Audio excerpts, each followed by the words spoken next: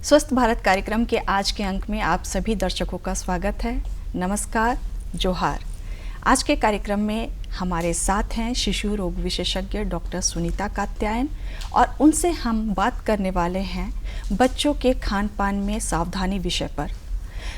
जन्म के बाद से ही शिशु के स्वास्थ्य के लिए जरूरी है कि उसको पौष्टिक एवं संतुलित आहार मिले, लेकिन कहा जाता है कि माँ का दूध जो होता है वो शिशु के लिए सर्वोत्तम आहार होता है। मानसिक एवं शारीरिक विकास के लिए स्तनपान तो बहुत ही आवश्यक है, लेकिन समय जैसे जैसे बच्चों की उम्र बढ़ने लगती है, 1 महीने से 2 महीने, 2 महीने से 3 महीने, और जब शिशु 6 महीने का होता है तो ज़रूरी होता है कि उसे ऊपरी आहार भी दिया जाए ताकि उसका शारीरिक और मानसिक विकास सही ढंग से हो सके। और यहीं पर शुरू होती है दुविधाएं, कौन सा आहार से शुरू किया जाए, उनका प्रथम आहार, और कौन कौन सी चीज़ों को शामिल किया जाए। तो अगर आपके मन में भी ऐसी कोई दुविधा है तो आप हमारे कार्यक्रम पे ज़रूर से गौर फरमाएं, क्योंकि आज हम इसी विषय पे चर्चा करने वाले हैं। डॉक्टर सुनीता, आपका हमारे कार्यक्रम में स्वागत है। धन्यवाद। जोहार जी, हम सभी जानते हैं कि प्रसव के बाद से माँ स्तनपान जो है वो शिशु के लिए सर्वोत्तम आहार है और शिशु के लिए वो अमृत के समान होता है, लेकिन 6 महीने के बाद कहा जाता है कि शिशु को ऊपरी आहार देना चाहिए।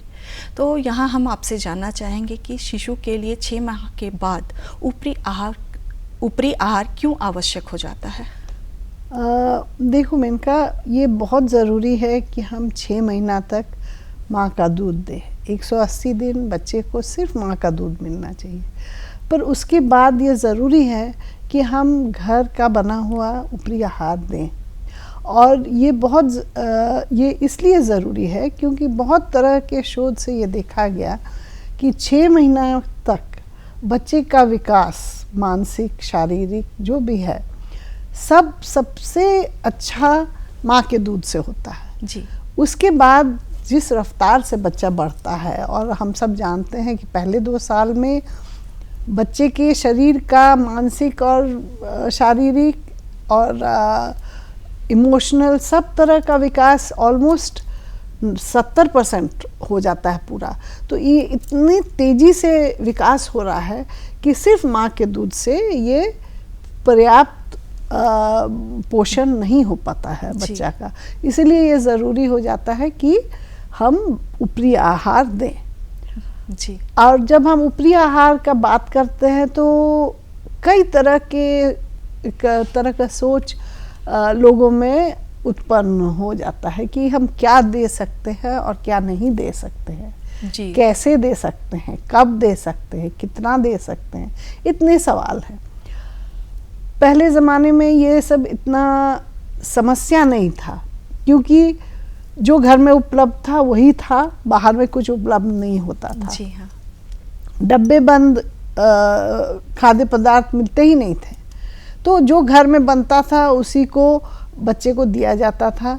और चूँकि बड़े परिवार रहते थे, संयुक्त परिवार रहते थे, तो सबके साथ बैठ के बच्चा अपने आप हंसते खेलते सीख जाता था कैसे खाना है।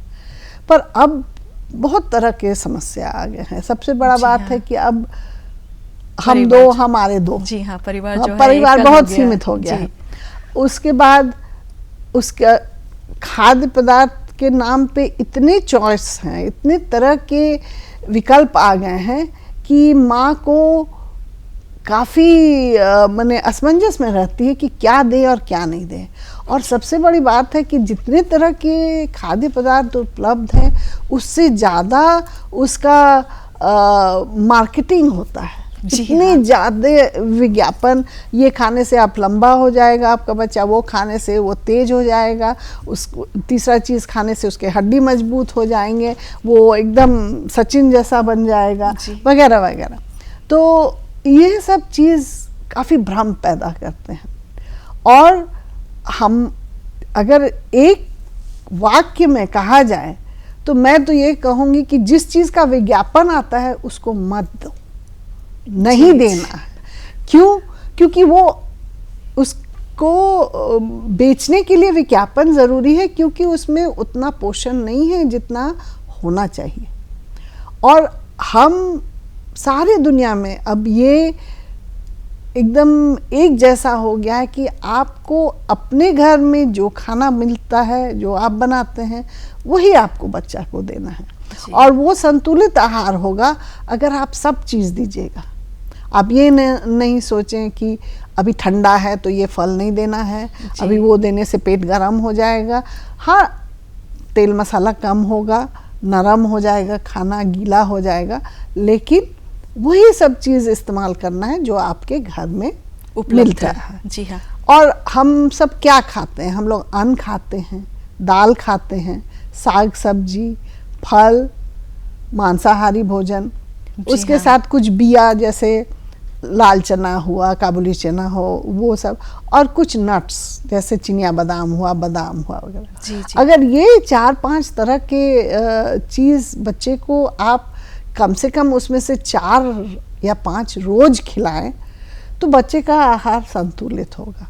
और वो आहार का देखिए कैसा बनाना है, उसको गीला, गाढ़ा, मसला हुआ, और वो इतना गाढ़ा होना चाहिए कि जब आप चम्मच से उठाते हैं तो वो चम्मच से बह नहीं जाए।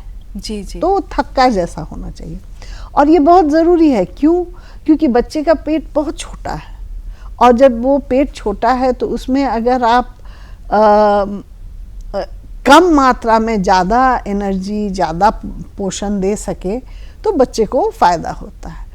और साथ में इसके साथ साथ हम लोग ये भी बोलेंगे, शौकिया तौर पर बहुत लोग सोचते हैं कि जूस देना बहुत अच्छा है, सूप देना बहुत अच्छा है, गाय का दूध देना बहुत अच्छा है, लेकिन सच बात तो यह है कि आप जितने लिक्विड्स आप दीजिएगा ना, उतना मात्रा में खाना कम खाएगा बच्चा। जी। वो सॉलिड फूड जो है वो कम खाएगा और उतना उसको लॉस होगा, क्योंकि अभी इतनी तेज़ी से बढ़ रहा है बच्चा, उसको हर तरह का पोषण, हर तरह का एनर्जी ज़रूरत है, और उसमें आप पानी उसके जगह में दे रहे हैं, किसी तरह का पानी, तो नेचुरली उसका पोषण कम हो गया। जी। अच्छा, साथ साथ में आप जब खाने का एनर्जी का मात्रा बढ़ाना चाह रहे हैं या पोषण का मात्रा बढ़ाना चाह रहे हैं, तो हर खाना में थोड़ा वसा, तेल, घी, मक्खन जो भी है वो भी मिलाना है। और भी ज़्यादा बढ़ाना है तो जैसे हम लोग अभी बात किए नट्स का, कि बादाम का, हर तरह का बादाम का हल्का से भूंज के और उसको पाउडर बना के खाने के ऊपर आप छीट दीजिए, तो उसका एनर्जी का क्वोशंट बढ़ जाता है। तो इस तरह से हम लोग को खाना खिलाना है। और जब आप देख रहे हैं कि जब सब चीज़ आपके घर में उपलब्ध है, तो सच पूछिए तो शायद ही कोई परिवार हो, कितना भी गरीब हो, वो जिसके घर में उतना नहीं है कि वो छोटा सा बच्चा को अच्छा से खाना पीना दे सके। जी बिल्कुल, क्योंकि वो घर का बना हुआ जो रोज उपलब्ध है वही साग सब्जी मिला जुला के देना है, चाहे वो गांव में रहे चाहे शहर में रहे। और मज़े का ये बात है कि ये सब सिंपल चीज़ जो सब जगह उपलब्ध है, ये ना देख के अगर हम लोग डब्बाबंद चीज़ के पीछे अगर हम लोग टाइम ज़ाया करेंगे, जी हाँ, तो वो सब चीज़ नहीं मिलता है। बच्चे का पेट जरूर भर जाता है, लेकिन उसको वो पोषण नहीं मिलता है। और ये तो तुरंत में क्या समस्या आती है, लेकिन लॉन्ग टर्म में देखा गया है कि ये बहुत ही ज़्यादा असर बच्चे का स्वास्थ्य पे ज़िंदगी भर के लिए डाल देता है। तो उसके बारे में हम लोग आगे बात करेंगे। तो ये हमने बताया कि किस तरह से आप देना है, अब कितना देना है। जी हाँ। कितना देने में देखिए 6 महीना से 9 महीना तक के बच्चे को कम से कम 2-3 बार खिलाना है, और 9 से 12 महीना के बच्चे को 3-4 बार खिलाना है, आधा कटोरी खिलाना है। और उसके बाद 1 साल के बाद आपको अलग तरह का खाना नहीं बनाना है, जो आप अपने खाते हैं उसी को मसल के मिला के और बच्चे के साथ कम से कम 5-6 बार उसको खिलाना है। और हर बार जब आप खिलाते हैं तो जिस तरह से आप बच्चे को किसी चीज़ का आदत डालते हैं, जैसे अब माँ का दूध पीने के लिए तो बच्चे को कुछ सिखाना नहीं है, वो तो अपने आप पी लेता है, उसको आता है कैसे। लेकिन खाना खाना एक आर्ट है, एक स्किल है, जो बच्चे को सिखाना होगा, जैसे चलना बैठना उस तरह से।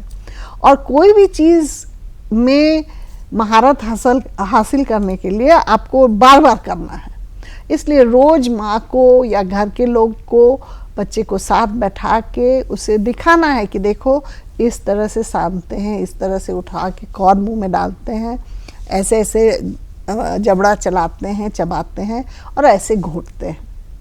तब वो बच्चा 6 महीना में सीख जाएगा कि कैसे खाया जाता है।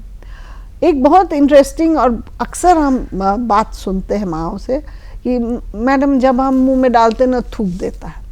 ये एकदम स्वाभाविक है क्योंकि बच्चा अपना जीभ इस्तेमाल करना नहीं जानता है जी। तो जब आप खिलाते हैं 6 माह के बाद 7वां महीना से, तो आप मुंह खोल के चम्मच से मुंह के थोड़ा अंदर जीभ के बीच में डाल दीजिए, तो वो अपने आप घोट लेगा और वो प्रक्रिया करते करते वो अपने आप सीख जाएगा कि कैसे जीभ चला के खाना को पीछे ढकेल के और घोटना है। तो ये कैसे खिलाना, ये भी एक बहुत बड़ा समस्या है। क्या खिलाना है बहुत आसानी से लोग समझ जाते हैं, लेकिन बच्चे को खिलाना एक क्या बोले एक लेसन है जो माँ बाप को अब सिखाना पड़ता है जी। टीवी और मोबाइल देख के कृपया न खिलाएं, क्योंकि जी हाँ, ये आजकल एक समस्या बन गई है कि बच्चा जब भी रो रहा है या खाने का समय हुआ, आप आराम से कार्टून खोल दें। कार्टून को देखते हुए बच्चा खाने की तरफ नहीं देख रहा है, वो कार्टून को देख रहा है और उस वक्त माँ जो है वो खाने को पतला पेस्ट बना के या जूस निकाल कर जल्दी जल्दी पिलाते रहते हैं। चलो खा लिया, हाँ काम खत्म हो गया, खा लिया। पर आप ये समझिए कि देखा गया, और हमने ये एकदम अभी हाल में ये पैंडेमिक के दौरान देखा है कि ये जो टीवी देख देख के खाने से चाहे बच्चा बहुत ज़्यादा खा लेता है जी या बहुत कम खा लेता है। जी हाँ। और वो खाने का प्रोसेस में उसको कोई किसी तरह का रुचि नहीं है, वो बस पेट भर रहा है किसी तरह से। और यहाँ तक कि इसके चलते हम लोग देखे हैं कि कई बच्चों में मोटापा का बीमारी हो गया। जी हाँ। और मोटापा के साथ साथ और भी भयानक छोटे छोटे बच्चे 10 साल 12 साल के हाई ब्लड प्रेशर जी, डायबिटीज़, ये सब ये पैंडेमिक के दौरान हम लोगों ने देखा है, क्योंकि उस समय एकदम घर में बंद थे बच्चे और पढ़ाई के चलते वो लोग स्क्रीन देखने का आदत हो गया था। तो तरीका खिलाने का बहुत अहम है, और समय भी, टाइम जिस समय आप सिखाते हैं बच्चा को, ये एक विंडो है 6 से 12 महीना के बीच में। अगर आप अपने बच्चे को खाना खाने में का आदत डाल दिए, खाना खाने में रुचि लेने लगा, वो उसको लगा कि हाँ खाना का टाइम एक टाइम है जब हम लोग पूरा परिवार साथ बैठ के हंसी मजाक करके खेल खेल में खा लेते हैं, तो समझ लीजिए आपका ज़िंदगी भर का काम हो गया। आपको फिर चिंता नहीं करना है, बच्चा अपने से मांगेगा, अपने से बैठ के खाएगा, और आपको उसका डाइट के प्रति चिंता नहीं करना होगा। पर अगर वो विंडो पार हो जाता है तो वो एकदम एक स्ट्रगल जैसा हो जाता है। माँ कोशिश करते रहती है खिलाने का और बच्चा नहीं खाना चाहता है, ये सिलसिला चलता है। और कई लोग ये सोचते हैं ना कि 6 महीना के बाद जब बाहर का खाना देना है, यानी बाहर का दूध देना जी, आपको हंसी आएगी, बट हम कभी कभी बोलते हैं ना कि हम बच्चे को सिर्फ अपना दूध देना है, बाहर का दूध नहीं देना है। तो बहुत लोग पूछते हैं मैडम अपने गाय का दूध, अपने घर का गाय का दूध दे सकते हैं, जबकि हम लोग गाय का दूध कभी रेकमेंड भी नहीं करते हैं, नहीं बोलते हैं देने के लिए। आप गाय का दूध का बना हुआ सामान जरूर दीजिए, पनीर दीजिए, खोआ दीजिए, दही दीजिए, ये सब चीज़ दीजिए, लेकिन दूध ऐसे ग्लास में, हमने पहले भी बोला, लिक्विड्स ज़्यादा नहीं देना है। जी जी जी। तो ये सब चीज़ सावधानियां आपको 6 महीना से लेके 2 साल की उम्र तक बहुत ज़्यादा बरतना है। और इसके साथ साथ एक नई बीमारी जो आजकल आई है, उसके बारे में हम लोग को काफ़ी गहरी चर्चा करना पड़ेगा उसके बारे में। जी जी, आपने कहा कि कोई नई बीमारी आई है, उसके बारे में आप बतलाना चाहेंगी। जब आपने बतला रही हैं कि बच्चों का आहार कैसा हो, किन किन चीज़ों को कब कैसे खिलाना चाहिए और किस तरह की जो आदतें हैं माँ जो है बच्चे में डाल सकती है। तो यहाँ पे जानना चाहेंगे कि खाने में किन किन चीज़ों को शामिल करना चाहिए और किन किन चीज़ों को नहीं शामिल करना चाहिए। देखिए, आजकल इस पे बहुत ज़्यादा चर्चा हो रहा है कि किन किन चीज़ों में को खाना में शामिल करना चाहिए। और आप लोग सब जानते हैं कि इंडिया में diabetes, blood pressure, heart disease कितना ज़्यादा बढ़ रही है। जी जी। और आश्चर्य आपको लगेगा कि ये सब एक ग्रुप ऑफ बीमारी है जिसको बोलते हैं नॉन कम्युनिकेबल डिजीज़। जी हाँ। यानी NCD, यानी ये संक्रमण से नहीं फैलता है, ये लाइफस्टाइल डिजीज़ है, आपके रहन सहन के तरीका पे निर्भर है।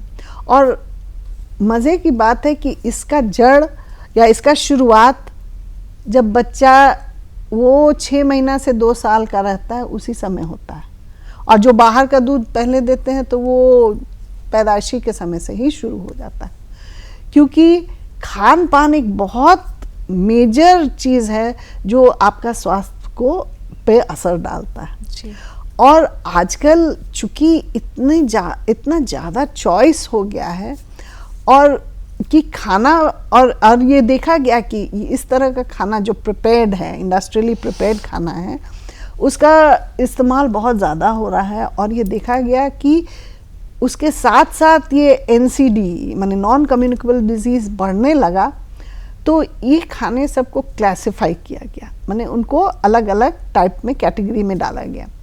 तो एक क्लासिफिकेशन है जिसको बोलते हैं नोवा क्लासिफिकेशन ऑफ प्रोसेस्ड फूड्स। माने प्रोसेस्ड फूड माने हर तरह का खाना का अपना क्लासिफिकेशन। तो 4 तरह के होते हैं। सबसे पहले है non processed food. Non processed food माने जिसमें किसी तरह का इंडस्ट्रियल या कोई चीज़ जोड़ा उड़ा नहीं गया है, जैसे कि रॉ वेजिटेबल्स, फ्रूट्स, फल और क्या बोलते हैं अन्न, दाल, ये सब। उसमें भी अब स्लाइटली जैसे अब चावल को मिल किया जाता है, उसका छुड़ाया जाता है, वो भी इंडस्ट्रियल प्रोसेस में लार्ज स्केल में होता है, बहुत ज़्यादा एक साथ किया जाता है। सेकेंड ग्रुप है कलिनरी ग्रुप। कलिनरी ग्रुप कहने का मतलब है जो चीज़ इस्तेमाल होता है खाने में, जी, जैसे चीनी हुआ, नमक हुआ, शहद हुआ, तेल हुआ, ये भी थोड़ा प्रोसेस तो होता है बट उतना ज़्यादा नहीं। तीसरा है प्रोसेस्ड फूड। प्रोसेस्ड फूड माने जिसको खाने के लायक बनाया जाता है, उसमें वो जैसे चावल वगैरह हुआ या कुछ जैसे ब्रेड बना, तो ब्रेड में तो बहुत कम सामान 3-4 चीज़ है और वो आप घर में बनाते हैं या छोटा सा बेकरी में बनाते हैं, तो वो प्रोसेस्ड फूड वैसा, उसको प्रोसेस्ड फूड बोलेंगे। बट चौथा ग्रुप जो है वो ultra high processed food, UHPF बोलते हैं। जी। और यही ग्रुप है जो बहुत खतरनाक ग्रुप है, इसलिए कि ये स्वादिष्ट होता है। अब मार्केटिंग के लिए कंपनीज इसको बहुत छोटा छोटा क्वांटिटीज़ में पैकेज करती है। 1 रुपया 2 रुपया, आप पूरा डब्बा लीजिएगा तो 300 रुपया का है, लेकिन 5 रुपया का भी पैकेट मिल रहा है। जी जी। और तीसरा चीज़ जो ये कर रहे हैं कि इसको पुश करने के लिए सेलिब्रिटीज़ एंड फॉल्स क्लेम्स, बड़े बड़े फिल्म स्टार्स, स्पोर्ट्समैन, ये लोग ये सब चीज़ को प्रमोट कर रहे हैं। और साथ में फॉल्स क्लेम्स कि ये पीने से आप लंबे हो जाएंगे, आपका बच्चा 3 इंच लंबा हो जाएगा, वो पीने से उसका हड्डी मजबूत हो जाएगा, उसको ज़्यादा एनर्जी मिलेगा, यहाँ तक कि अगर प्रेग्नेंट मदर खाएगी तो उसको कैल्शियम ज़्यादा मिलेगा। जी। तो ये सब चीज़ बहुत ही डेंजरस इस टाइप का फूड को बना दिया गया है। और आप लोगों ने देखा कि फॉल्स क्लेम्स के अलावा ये देखा भी गया है कि ये खाने सब में इसमें बहुत तरह के एडिटिव्स रहते हैं, केमिकल्स डाले जाते हैं, रंग डाले जाते हैं, जिसमें कि इसका शेल्फ लाइफ बहुत दिन तक बढ़े, और ये चीज़ सब खराब ही करते हैं। ये भी एक चीज़ हम लोग बहुत देखे हैं ये लॉकडाउन के बाद, चूँकि बच्चे सब चीज़ बहुत ज़्यादा खाते थे तो कई बार इतना बीमार पड़ते थे। वो नॉन कम्युनिकेबल डिजीज़ तो मच लेटर होगा, लेकिन इतना बीमार पड़ते थे कि हम लोग को हॉस्पिटल में एडमिट करना पड़ता था, ये हाल हो जाती थी। तो ये सब समस्या है अल्ट्रा हाई प्रोसेस्ड फूड का, और ये एक नई बीमारी है जो एकदम बच्चों में एडिक्शन जैसा, लत जैसा हो गया है। हाँ हाँ। पूछिएगा, इतने ज़्यादा स्टमक से रिलेटेड कंप्लेंट्स बीमारी आ रहे हैं, और जिस बच्चे से पूछिएगा वो दिन में एक बार तो कम से कम इसको जरूर लेता है। जी हाँ। एक से बहुत ज़्यादा बार भी खाता है। जी, कई बार तो जब बच्चे स्कूल से देरी से लौट रहे हैं और माँ घर पर नहीं है, घर पर या कुछ घर पे ऐसे माँ साथ में है, हाँ, वो में, भी आज हाँ, तुमको भूख नहीं लग रही है, या अभी मूवी देख रहे हो, या खेलने हम जा रहे हो, तुरंत खा लो। तभी खाना खाएंगे जब तुम ये मेरे लिए खरीद दोगी, जी तभी हाँ, हम खाएंगे। जी जी। तो यहाँ पर जाना चाहेंगे BHPF जो जिसका जिक्र अभी आपने किया, UHPF, जी हाँ, अल्ट्रा हाई प्रोसेस्ड हाँ, UHPF जो है उसको इस कैटेगरी में डालने की मुख्य वजह क्या है? मुख्य वजह, ये बहुत ही ज़रूरी सवाल है, बहुत अच्छा सवाल है, और ये इसलिए डाला गया, ये फर्स्ट टाइम ब्राज़ील में हुआ था जी, और उसके बाद बहुत से साउथ अमेरिकन कंट्रीज़ इसको अडॉप्ट कर लिए। अब ये हर कंट्री अडॉप्ट कर ले रहा है, और कई कंट्री में ये शोध हो रहा है कि भाई ये कैटेगरी के बावजूद बहुत से खाना, बहुत तरह के खाना ग्रुप 4 के बदले ग्रुप 3 में आ जा रहे हैं, तो उसको कैसे कैटेगराइज किया जाए। तो उसमें देखा जा रहा है कि जिस चीज़ में एक सर्टेन अमाउंट ऑफ नमक से ज़्यादा है पर 100 ग्राम्स, या चीनी बहुत ज़्यादा है पर 100 ग्राम्स, उसको फिर कुछ भी हो, वो किसी भी ग्रुप का हो, तो वो फिर ग्रुप 4 में आ जाता है जी।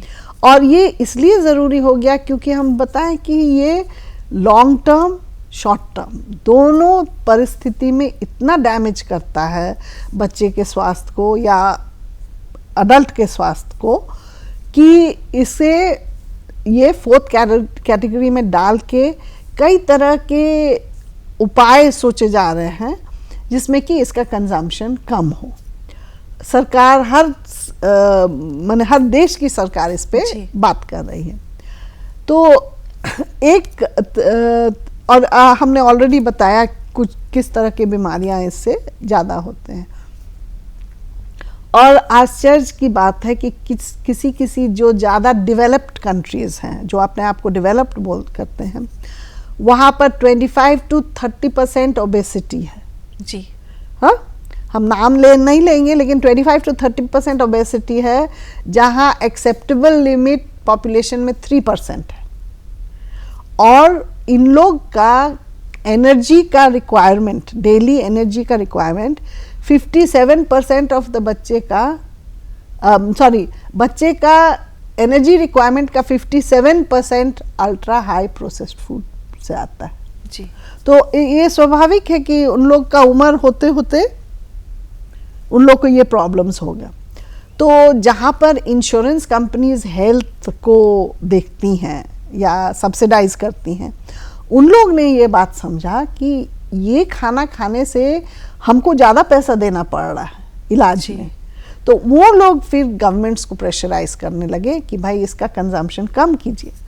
और इसको कम करने के लिए उन लोगों ने क्या किया, इन लोग इस तरह के खाने पे टैक्सेस ज़्यादा लगा दिया जी, एडवर्टीजमेंट कम कर दिया, कैटेगराइज करने लगा। पहले तो स्टार कैटेगरी देते थे, 1 स्टार 2 स्टार 3 स्टार ऐसे करके, कि जो अच्छा खाना है वो 4 स्टार है, जो उतना अच्छा नहीं है 1 स्टार, या उल्टा विपरीत जैसे भी मैंने ग्रेड करने लगे। लेकिन उसमें भी फिर वही चीज़, वो स्टार कैटेगरी में जनरल पब्लिक नहीं समझता है कि ये हम बहुत अच्छा चीज़ खा रहे हैं या बहुत ख़राब चीज़ खा रहे हैं। तो अब जोर पड़ रहा है सरकार पे, और ये इंडिया में हमारी संस्था है जो इस पे बहुत जोर दे रही है कि आप स्टार कैटेगराइजेशन आप नहीं कर सकते हैं, आपको ये लिखना होगा उसमें कि क्या क्या सामान उसमें है, कितना परसेंटेज शुगर है, कितना परसेंटेज चीनी है, नमक है, केमिकल्स है, और किसी किसी देश में जैसे यूके में अब ये लोग शुरू करने वाले हैं कि पैकेट पे लिखा रहेगा, जिस तरह से सिगरेट के पैकेट पे लिखा रहता है कि ये खाना खाने से आपको मोटापा, हाई ब्लड प्रेशर, डायबिटीज इत्यादि का शिकायत हो सकती है, ज़्यादा बढ़ जाता है। और ये बहुत ज़रूरी है बिकॉज ये सब चीज़ कंट्रोल करता है इसका सेल और इस्तेमाल।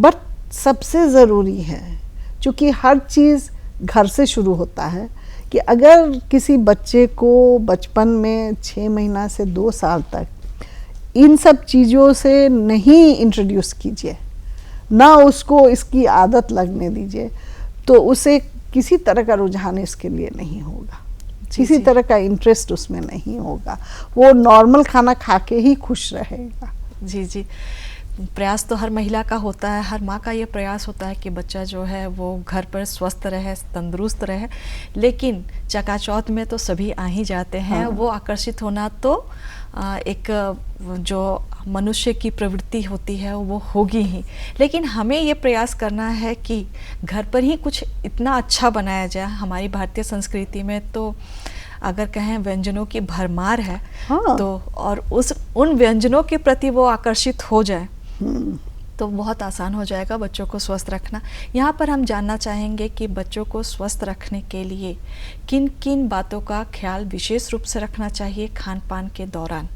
बहुत ही कम समय में इस सवाल का जवाब चाहेंगे क्योंकि हमारे कार्यक्रम का समय समाप्त होने चला है। बहुत 2 ही 3 चीज़ हम बोलेंगे। एक तो 6 महीना के तुरंत बाद आप वो 6 से 12 महीना का समय को ज़ाया मत कीजिए, बच्चे को सिखाइए खाना, घर का बना हुआ ही खाना दीजिए, वो सबसे पौष्टिक है। हम लोग बोलते हैं कि आपकी परनानी जो खाती थी जाता में पिसा हुआ, वो चीज़ खिलाना चाहिए। तीसरा चीज़ है कि आप अल्ट्रा हाई प्रोसेस्ड फूड मत दीजिए बच्चा को, किसी तरह का वो चीज़ देने से उसको आदत लग जाता है। और तीसरा चीज़ है कि परिवार को टाइम देना होगा, खाली खाना बनाने में नहीं, उसके साथ बैठ के खिला के उसको उस चीज़ में उसका इंटरेस्ट जगाने में कि हाँ ये अच्छा चीज़ है, हमको मज़ा आता है और हमको करना है। जी जी, जैसे हम लोग के ज़माने में होता था, माँ जो होती थी थाली में खाना रखकर कौर लगाती थी कौवा गिलहरी, और हम खा के संतुष्ट हो जाते थे कि हमने कौवा खा लिया। तो ऐसा ही कुछ आप लोगों को भी करना होगा। डॉक्टर सुनीता, आप हमारे बीच में आई, इसके लिए आपका धन्यवाद। और हम अपने दर्शकों से लेते हैं विदा। जोहार। जोहार।